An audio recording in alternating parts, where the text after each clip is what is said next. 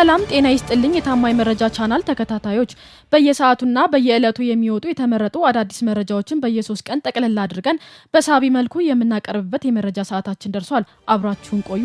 ቻናላችንን ሰብስክራይብ፣ ሼር እና ላይክ ማድረግ እንዳትረሱ። ህወሓት የፕሪቶሪያል ስምምነት አፍርሶ ጦርነት አውጇል። ደመጣጩ የህወሓት ቡድን የፕሪቶሪያል የሰላም ስምምነት በአደባባይ አፍርሶ ለሁለተኛ ዙር እልቂትና ውድመት እየተሰናዳ ነው። ቡድኑ ከሰሜኑ የህግ የማስከበር ዘመቻ በፊት የነበረውን መንግስት በኃይል ለመመለስ ከሚያዝያ 14 2018 ዓ.ም ጀምሮ እስካሁን ድረስ ሰፊ ወታደራዊ እንቅስቃሴዎችን በክፍለ ጦርና በኮሮቹ በኩል እያደረገ ይገኛል። ለትግራይ ህዝብ ትልቅ እረፍት የፈጠረው የፕሪቶሪያል ስምምነት ሙሉ በሙሉ በመጣስ ህወሓት ሰፊ ወታደራዊ ዝግጅት፣ የጦር መሳሪያዎችን ግዥና ወታደራዊ ቅስቀሳዎችን እያደረገ ነው። በተጨማሪ ወታደራዊ ኃይሉን ለማጠናከር በሚል የክልሉ ወጣቶችን በግዳጅ አፍሶ ወደ ወታደራዊ ማሰልጠኛ ገባ ታውቋል። በዚህም መሰረት በሰሜን ምዕራብ ዞን በተለይም በአሰገድ ወረዳ ወርቅ በመቆፈር ላይ ያሉ ወጣቶች በአርሚ 42 አባላት እያፈሷቸው እንደሚገኙ የደረሰው መረጃ ያመለክታል። በተመሳሳይ የአርሚ 60 አዛዥ ብርጋዴር ጀነራል ህንጻ ወልደ ጊዮርጊስ ጽንፈኛው ቡድኑ የወሰነውን ውሳኔ የሚያጠናክር ሰፊ ማብራሪያ በድርጅቱ ልሳን ወይኒ ሚዲያ አቅርበዋል። ጀነራሉ በኢትዮጵያ ፌዴራል መንግስትና በህወሓት መካከል የተወሰደው የፕሪቶሪያል ስምምነት በሚጻረር መንገድ የፌዴራል መንግስቱ ላይ በግልጽ ዛቻዎችን አሰምቷል። አሁን ዳግም ከቀሰቀሰ እንደ በፊቱ የነበረው ጦርነት በቀላሉ እጅ አንሰጥም ሲልም ተደምጧል። እንዲሁም የህወሓት ታጣቂ ኃይል የብልጽግና መንግስት ለማስወገድ ሙሉ ዝግጅት ማጠናቀቁን ተናግሯል። የፌዴራል መንግስት አስወግደን 4 ኪሎ ለመግባት ሁሉም ነገር አልቋል፣ በቅርቡ ጠብቁን በማለት ዳግም ጦርነት ሊቀሰቅሱ እንደሚችሉ አጋልጧል። ጀነራሉ የህወሓት ዓላማ ቀደም ሲል በክልላዊ ምርጫ ተመስርቶ የነበረውንና በመስዋዕትነት ጭምር የቆመ ነው የሚሉት ጨቋኙ የህወሓት መንግስት ወደ ስልጣን መመለስ እንደሆነ አጋልጧል። በዚህም የትግራይ ወጣት ተስፋ እንዳይቆርጥና ወደ ውጊያ እንዲገባ ለማነሳሳት በሰሜኑ ጦርነት ወቅት የሞቱት ታጣቂዎችን ቁጥር እጅግ አሳንሶ የተገደሉት እንደሚወራው ሳይሆን በሺዎች የሚቆጠሩ ናቸው ሲልም ተናግሯል። በሚያሳዝን ሁኔታ አዛዡ ከባለፈው ጦርነት ተምረናል፣ ዳግም ውጊያ ከቀሰቀሰ በቀላል እጅ አንሰጥም በማለት ፉከራና ዛቻ አሰምቷል። ቅቤና ሀቅ እያደር ይጠራል እንደሚባለው ህወሓት ከዚህ በፊት ከፌዴራል መንግስት ጋር በጠረጴዛ ዙሪያ ላይ ተደራድረው ፕሪቶሪያል ስምምነት የተፈራረሙ ስለተሸነፉ እንጂ ሰላም ፈልገው እንዳልነበረ ይህ ተግባራቸው በይፋ ያጋልጣል። ከዚህ ጋር ተያይዞ ባለፈው ሳምንት ሌላኛው የቡድን አመራር አቶ አዲስ አለም በሌማ ለሁሉም ነገር ተዘጋጅተናል፣ ሎጂስቲክስ አዘጋጅተናል፣ ከፋኖም ከሻቢያው ጋር ተጣምረናል በማለት የህወሓት ለጦርነት እየተዘጋጀ እንደሚገኝ በአደባባይ ተናግረዋል። የትግራይ ህዝብ የደረሰበትን ጦርነት፣ ረሃብ፣ ስቃይና መከራ ሳያንሰው ጽንፈኛው ቡድን በትግራይ ህዝብ ሚዲያ ላይ የራሱን አጋፋሪ ጋዜጠኞችን በመቅጠር የትግራይ ህዝብ ፀሐይ ወጥቶለታል በማለት በትግራይ ህዝብ ጫንቃ ላይ ወጥተው እያሾፉም ይገኛል። በአጠቃላይ ከአሜሪካ እስከ አውሮፓ ህብረት ያሉ ዓለም አቀፍ አካላት በኢትዮጵያ ዳግም ጦርነት እንዳይፈነዳ እያስጠነቀቁ ባለበት በዚህ ወቅት ስብስቡ ስምምነቱን በማፍረስ ሙሉ በሙሉ የጦርነት አዋጁን አውጇል። ለዚህም የትግራይ እናቶች ልጆቻቸውን ከህወሓት አደገኛ እንቅስቃሴ እንዲጠብቁ በሁሉም አቅጣጫዎች ጥሪ ቀርቧል።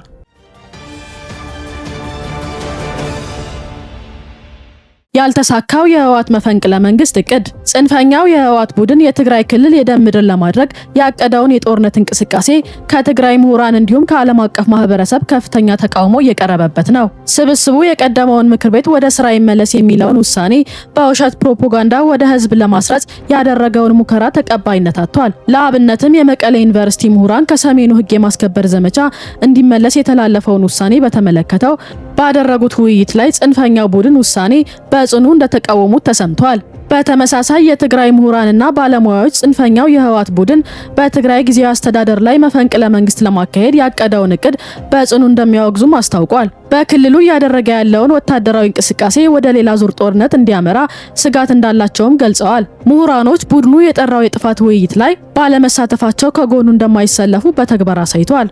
ለምሳሌ ለማንሳት ያህል የትግራይ ፍትህ ቢሮ ሰራተኞች የፍትህ ተቋማት ገለልተኛና ነፃ መሆን አለባቸው እንጂ በፓርቲ ጉዳዮች ውስጥ ጣልቃ መግባት ህገወጥነትና የህግ ጥሰት ነው በሚል በጉዳዩ ላይ መወያየታቸውን አስፈላጊ ያለመሆኑን ተናግረው የቡድኑ እቅድ አክሽፏል። ህገወጥነትና የህግ ጥሰት ነው በሚል በጉዳዩ ላይ መወያየታቸው አስፈላጊ ያለመሆኑን ተናግረው የቡድኑን እቅድ አክሽፏል። በማዕከላዊ ዞን ደጋተንቤር ወረዳ ልማት ቀበሌ በማይጓ የመጀመሪያ ደረጃ ትምህርት ቤት ዋና ጸሐፊ መምህር ጸጋ ስላሴ ሀዱሽ በተመሳሳይ የመማር ማስተማራቸውን ሂደት አቁመው በዚህ አልባሌ አጀንዳ ላይ ውይይት በሚል ጊዜያቸውን አናጠፋም በማለታቸው ለእስር መዳረጋቸው ታውቋል። በተጨማሪ የቀድሞ የኢፌዴሪ መከላከያ ኃይል ጠቅላይ ኢታማዦር ሹም ጀነራል ሳሞራ የኑስ ለህወሓት መሪዎች ጠንከር ያለ ማስጠንቀቂያ ሰጥተዋል። የህወሓት መሪዎች ጀነራሎች ዳግም ወደ ጦርነት ለመግባት የሚያደርጉት ትንኮሳ የራሳቸውን ህልውና ጭምር ለአደጋ የሚያጋልጥ መሆኑን ጀነራሉ አስገንዝበዋል። አሁንም ዳግም ጦርነት የሚቀሰቀስ ከሆነ ጦርነቱ ከበፊቱ በበለጠ ሁኔታ የህወሓት መሪዎችንና ጀነራሎቹን በቀጥታ ኢላማ ያደረገ እንደሚሆን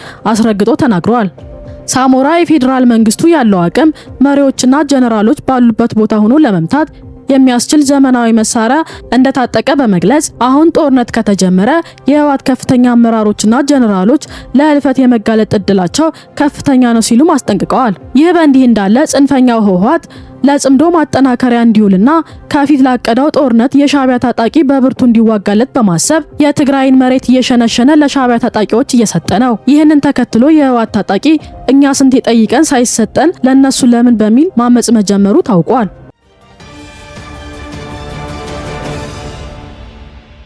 የፋኖ ታጣቂዎች በእርስ በርሱ ውጊያ እያለቁ ነው። የፋኖ ታጣቂዎች በስልጣንና በጥቅማ ጥቅም ሽኩቻ የሚጀምሩት የእርስ በርስ ውጊያ አድማሱን አስፍቶ ከቁጥጥር ውጭ ሆኗል። በተለይ በጎንደር የሚንቀሳቀሱ ታጣቂዎች እኛ መሪያችን ሊሆን የሚገባው ባዬ እንጂ ዮሐንስ አይደለም በማለት ወደማያባራ እልቂት ውስጥ ገብተዋል።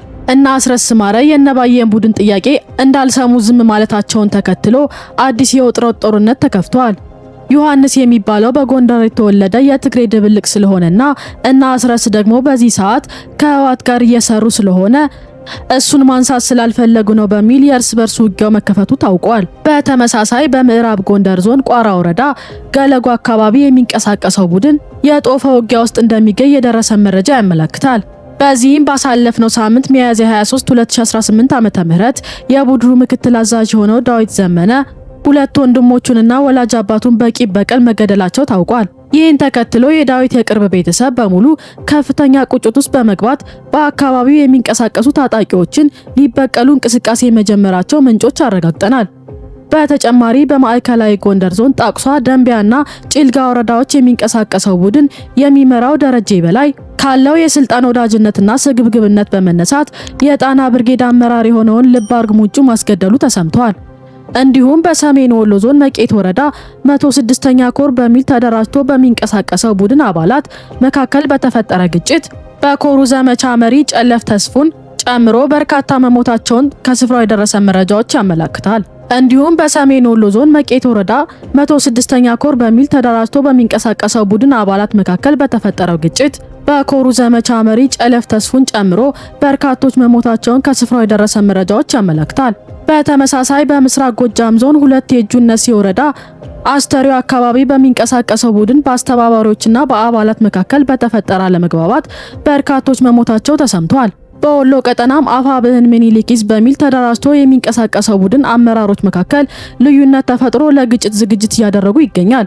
ይህ መተላለቅ አሁንም የቀጠለ ሲሆን በዚህ ምክንያት በርካታ ታጣቂዎች እጅ እየሰጡ የሰላም መንገድ እየተከተሉ ነው። ይህ በእንዲህ እንዳለ በፋኖ ትግል ተስፋ የቆረጠው አስረስ ከፍተኛ የቡድን አመራሮችን ማሳደድ እንደ አማራጭ ተያይዞበታል። በዚህም በወሎ የሚንቀሳቀስ የፋኖ ታጣቂ ከፍተኛ አመራር የሆነው ምሬ ወዳጀ መታፈኑ ተሰምቷል። እና አስረስ የታጣቂ ምርቃት እናድርግ በሚል ሰበብ ምሬን ወደ ጎጃም በመጋበዝ ከዚያም እጅ እንዳይሰጥ በሚል አፈና እንደፈጸሙበት ለማወቅ ችለናል። ይህንንም ተከትሎ የወሎ ፋኖ ምሬን የማይለቁት ከሆነ ግን በቡድኑ ላይ እርምጃ ለመውሰድ እንደሚገደድ ዛቻና ማስፈራሪያ እያሰማ ይገኛል። የአሜሪካ መንግስት ማስጠንቀቂያ።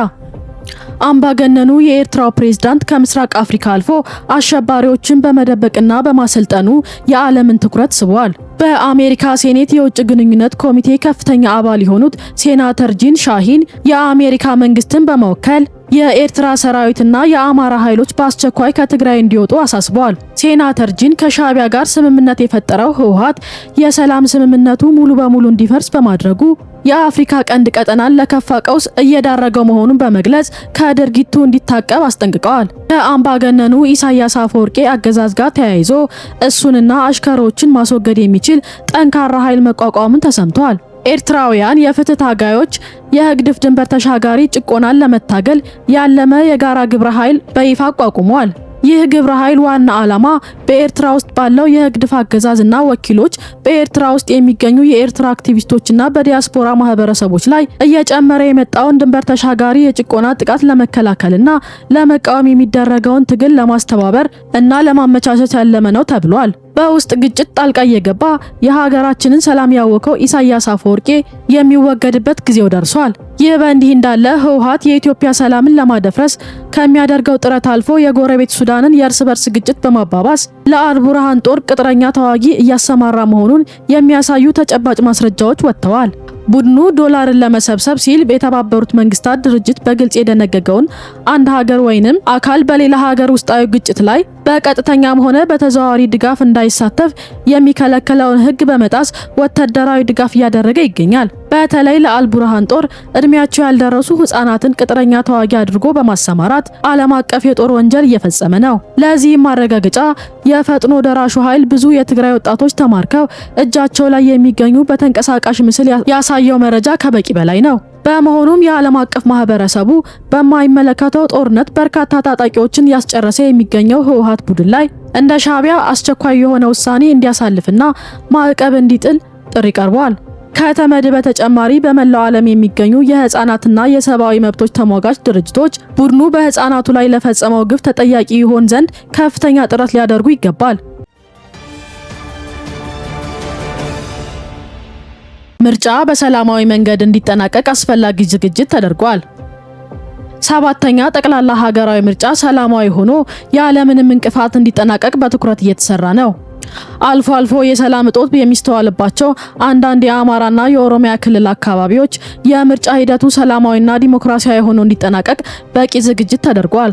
ከዚህም ጋር ተያይዞ የአማራ ክልል ሰላምና ጸጥታ ቢሮ ኃላፊ እሸቱ የሱፍ የአማራ ህዝብ አስፈላጊውን መንግስት ለመምረጥ በክልሉ በምርጫ ክልሎችና ጣቢያዎች ሰላማዊ የምርጫ ምዝገባ ሂደት ያለምንም የጸጥታ ስጋት ሲከናወን መቆየቱ ተናግሯል። ህዝቡ በምርጫ ህጋዊ መንግስትን ለመመስረት የምርጫ ካርድ ማውጣቱን አቶ ዩሱፍ ገልጸው የምርጫ ሂደቱን እንቅስቃሴውን ለማወክ የሚንቀሳቀሱ አካላት ላይ የማያዳግም እርምጃ እንዲወሰድ የጸጥታ መዋቅሩ አስፈላጊውን ስልጠና ተሰጥቶት ዝግጅት ማጠናቀቁን አስታውቋል። የምርጫ ሂደቱን ለማደናቀፍ የሚጥሩ ኃይሎች መኖራቸውን ያነሱት ኃላፊው ሰላማዊ ምርጫን በማከናወን የጽንፈኛውን ህልም እናመክናለን ብለዋል። በዲሞክራሲ የሚያምነው የአማራ ህዝብ መብቱን ለመጠበቅ በሰላማዊ መንገድ ካርድ በመውሰድና ድምጻቸውን ለመስጠት በጉጉት እየጠበቁ መሆናቸውን አቶ ዩሱፍ አስረግጠው ተናግረዋል። ህብረተሰቡ በአካባቢው የሚስተዋሉ የጸጥታ ችግሮች ካሉ ጥቆማ በመስጠትና ከፖሊስ ጋር እንዲተባበርና የምርጫን አስፈላጊነት ተረድቶ ድምጹን እስከሚሰጥበት ዕለት ድረስ በጸጥታ መዋቅሩ ጋር በቅንጅት እንዲሰራ ጥሪ አቅርበዋል። ምርጫው በስኬት እንዲጠናቀቅ ከሰላም አስከባሪ፣ ከአድማ መከላከል፣ ከፍትህ ተቋማትና ከህዝቡ ጋር በቅንጅት እየተሰራ ይገኛል። በዚህም የምርጫ ሂደትን ለማደናቀፍ ሲሯሯጡ የነበሩ የፋኖ ታጣቂዎች እቅድ ሊከሽፍ ችሏል። የዛሬ ዓመት አካባቢ የጎጃም ፋኖ ቃል አቀባይ ማርሸት ፀሐይ በአንከር ሚዲያ መሳይ መኮንን ላይ ቀርቦ መንግስት ለምርጫ አይደርስም እንጥለዋለን፣ አባይን ከተሻገርን 3 ቀን ብቻ ነው የሚፈጅብን በማለት ሲያቅራራ እንደነበር የሚዘነጋ አይደለም። ዛሬ ደግሞ በጣም ሪሞት ጫካ ያለበት ገጠር አካባቢ እንጂ በመላው አማራ ክልል ህዝቡ የምርጫ ካርድ ባወጣበት እንደ ሀገር ደግሞ ታይቶ በማይታወቅ ደረጃ ከ50 ሚሊዮን በላይ መራጭ ህዝብ በተመዘገበበት በዚህ ወቅት ወንድ የሆነ ምርጫ ይመርጣል ሲል አሁንም ከመሳይ መኮንን ጋር ባደረገው ቃለ ምልልስ ዲስኩሩን አሰምቷል። ማርሸት እውነትን አምኖ የማይቀበል በውሸት ዓለም የሚኖር እውነትን የማያይ በቀረርቶ ውስጥ የተዘፈቀ የአስተዋይ ቀንጨራ የያዘው መሆኑን በቃለ መጠይቁ አጋልጧል። ጽንፈኛው ምንም ያህል ምርጫን ለማስተጓጎል ቢጥርም ሊሳካለት አልቻለም። ለሰባተኛ ጠቅላላ ምርጫ የመራጮች ትምህርት እንዲሰጡ ፍቃድ የተሰጣቸው የሲቪል ማህበረሰብ ድርጅቶች ለተለያዩ የማህበረሰብ ክፍሎች የመራጮች ትምህርት ሰጥተዋል። መራጮችም ምርጫ የሚካሄድበት ቀን ግንቦት 24 2018 ዓ.ም በጉጉት በመጠበቅ ላይ ይገኛሉ። የዛሬው የ3 ቀን መረጃዎቻችን እነዚህን ይመስላሉ። በቀጣይ ወቅታዊና ታማኝ መረጃዎች እንዲደርሷችሁ ቻናላችንን ሰብስክራይብ ማድረግ እንዳትረሱ።